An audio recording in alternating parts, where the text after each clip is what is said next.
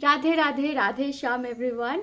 मेरे आंखों में थोड़ा सा इन्फेक्शन हो गया है, तो आंखों को इग्नोर करके आप लोग मेरे शब्दों पर गौर कीजिए। तो आज के वीडियो में मैं आप लोगों के साथ ओम स्वामी जी का द बुक ऑफ काइंडनेस का रिव्यू शेयर करने जा रही हूँ। हाँ, मुझे पता है कि आप लोग ये सोचेंगे कि बहुत दिनों से मैं स्वामी जी से रिलेटेड, स्वामी जी का बुक से रिलेटेड वीडियो शेयर कर रही हूँ, क्योंकि हाँ, मैं उनसे बहुत ज़्यादा प्रभावित हूँ। तो आइए बुक का रिव्यू शुरू करते हैं। तो मैंने इस बुक से क्या क्या सीखा, आज मैं आप लोगों को वही बताने जा रही हूँ। आप लोगों को ये बुक अमेज़ॉन और फ्लिपकार्ट से मिल जाएगा।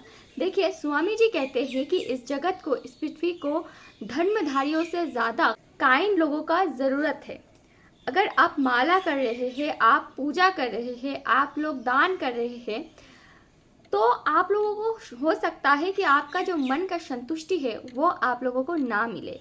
लेकिन अगर आप दयालु है, अगर आप काइंडनेस को प्रैक्टिस करते हैं, तो निश्चित है कि आपका जो निद्रा है वो बहुत ही आरामदायक होगा, बहुत ही शांति होगा आपके मन में, आप बहुत प्रसन्न होंगे, आपके जीवन वेल्दी होगा, आपके जीवन में प्रॉस्पेरिटी होगा। देखिए, अक्सर हम लोग दया और दान को एक कर देते हैं। हमें लगता है महीने में किसी को कुछ दान कर देना, कुछ भौतिक चीज़, कुछ पैसा, ये सब दान कर देना ही दया है। नहीं, महीने में आप एक आध बार दान ज़रूर कर सकते हैं, लेकिन दया आपको डेली प्रैक्टिस करना चाहिए। यानी आपको काइंडनेस को डेली प्रैक्टिस करना चाहिए।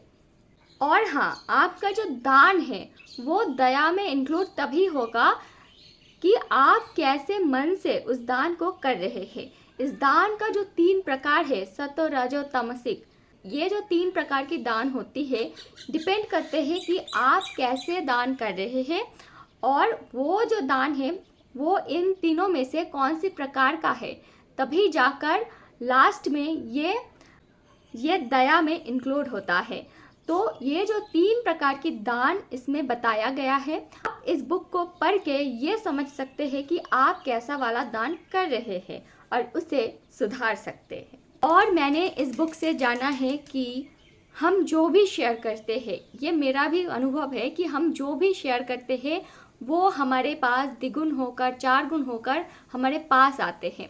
जैसे कि लोग कहते हैं कि नॉलेज शेयर करने से बढ़ता है, वैसे ही प्रकृति का नियम है कि आप जो भी शेयर करेंगे, ठीक है, चाहे वो नॉलेज हो गया, चाहे वो पैसा हो गया, चाहे कुछ भी, आप जो भी शेयर करेंगे प्रकृति आपको वापस देगा ही। अगर आप किसी को घृणा शेयर करते हैं, किसी के प्रति मन में घृणा की भाव रखते हैं, तो वो धीरे धीरे बढ़ेगा और प्रकृति आपको उस घृणा को ही वापस देगा। और एक भजन जो है कि करते हो तुम प्रभु जी, मेरा नाम हो रहा है। इस भजन में बोला जाता है जैसे कि सब कुछ भगवान ही कर रहे हैं, लेकिन हमारा नाम हो रहा है। तो ये जो वाक्य है ये इस बुक में डिटेल में बताया गया है कि कैसे हम एक मध्यम है और भगवान हमसे कराता है।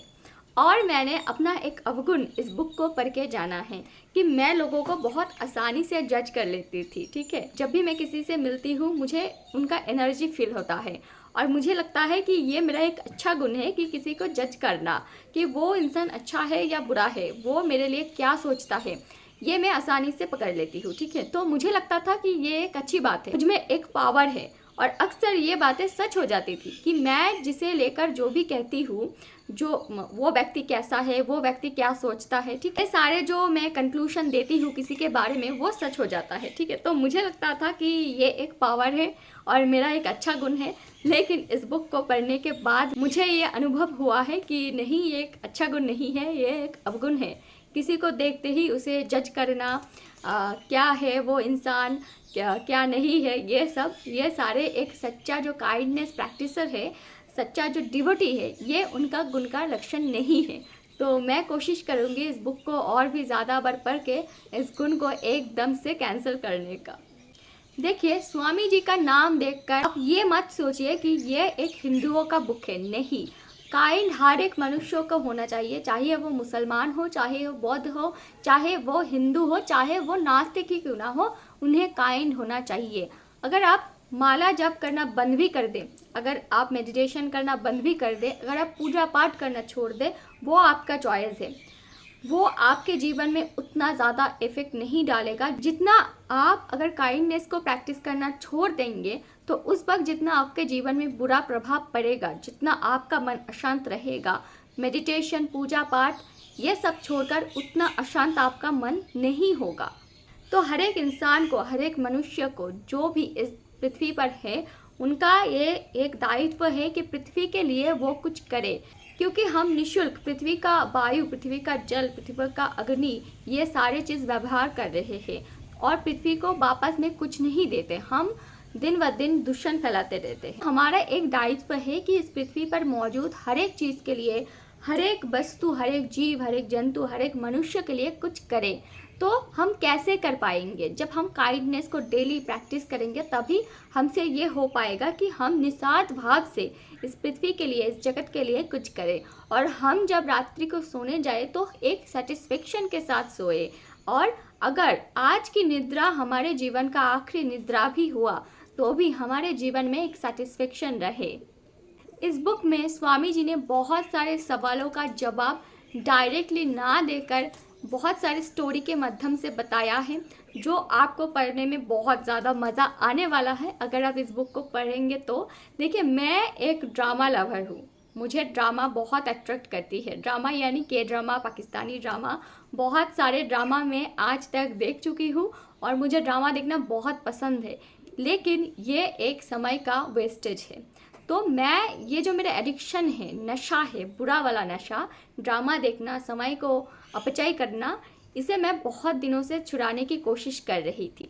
लेकिन जब मैंने स्वामी जी का जो बचपन की बाल्यकाल की, जो सिर्फ इस बुक ही नहीं, स्वामी जी का कुछ भी बुक मैं पढ़ती हूँ तो स्वामी जी जैसे स्टोरी बताते हैं, जैसे उसे नरेट करते हैं, तो मुझे लगता है कि मेरे आँखों के सामने 3D रियलिटी चल रहा है, एक ड्रामा या फिर एक सीरियल चल रहा है जो मुझे वास्तव दिखा रहे हैं। और मुझे बहुत अच्छा लगता है स्वामी जी का जो स्टोरी टेलिंग है, जैसे वो लिखते हैं, जैसे वो नरेट करते हैं, मुझे लगता है कि मेरे आँखों के सामने सब कुछ घटित हो रहा है। तो जो लोग स्टोरी बुक पढ़ना पसंद है जिन लोगों को, उन लोगों को भी ये बुक बहुत पसंद आने वाला है। इसमें बहुत सारे छोटे बड़े कहानियाँ हैं और आप लोगों को बहुत पसंद आने वाला है वो सारे कहानियाँ। कि मुझे ये बहुत अच्छा लगता है कि स्वामी जी का if truth be told book को पढ़ने में इंटरेस्ट आया, और स्वामी जी का द बुक ऑफ काइंडनेस पढ़कर मेरा जो ड्रामा का एडिक्शन है वो चला गया है।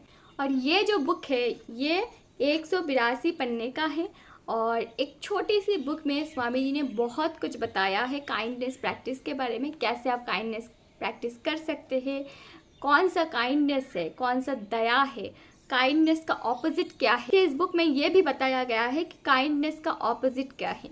सिर्फ और सिर्फ अनकाइंड होना ये काइंडनेस का ऑपोजिट नहीं है। आप देख रहे हैं कि किसी के साथ अनकाइंड बिहेवियर हो रहा है, लेकिन अगर उस स्थान पर आप चुप रहे, आप न्यूट्रल रहे, तो इसका मतलब आप काइंड नहीं हैं। जिसके साथ बुरा हो रहा है, आप जाके उसके साथ अगर अच्छा नहीं करते, आप जाके उन्हें अगर आपका जो काइंडनेस है वो नहीं दिखाते हैं, तो इसका मतलब आप काइंड नहीं है। ठीक है, हमें यह नहीं कि हमें प्रतिवाद करना है, हर जगह जाके लड़ना है, झगड़ना है, ये नहीं है। हम जाके जिस व्यक्ति के साथ बुरा हुआ है उनके साथ अच्छा व्यवहार कर सकते हैं, तो ये भी एक तरह का काइंडनेस हुआ। तो जो व्यक्ति स्पिरिचुअल नहीं है, जो व्यक्ति धर्म को मानने वाला नहीं है, जो व्यक्ति सेल्फ अवेकन के जर्नी में नहीं है, लेकिन वो एक अच्छा मनुष्य बनना चाहते हैं, एक अच्छा इंसान बनना चाहते हैं, और वो कोई भी धर्म को फॉलो करने वाला हो, आप इस बुक को ज़रूर पढ़िए ताकि आपका जीवन में प्रॉस्पेरिटी, वेल्थ, ये सारी चीज़ आए और आपका जो मन है वो हमेशा शांतिमय रहे, मन में हमेशा प्रसन्नता रहे। तो काइंडनेस को प्रैक्टिस करने से पहले आप ये जान लें कि काइंडनेस का विपरीत क्या है, ताकि वो विपरीत चीज़ आप ना करें। काइंडनेस किसे कहते हैं, कौन कौन सा दान काइंडनेस के अंतर्भुक्त है। अगर आप दान करने में सक्षम नहीं है तो आप कैसे काइंडनेस को जाहिर कर सकते हैं, ये सारी चीज़ जानने के लिए आपको इस बुक को पढ़ना पड़ेगा। तो मैं इस बुक को सभी को रेकमेंड करूँगी, जो भी अपने मन में प्रसन्नता चाहते हैं, जो भी सुख चाहते हैं, जो भी शांति चाहते हैं, उन सभी को इस बुक को मैं रेकमेंड करती हूँ। राधे राधे, श्री राधा रमन जयते।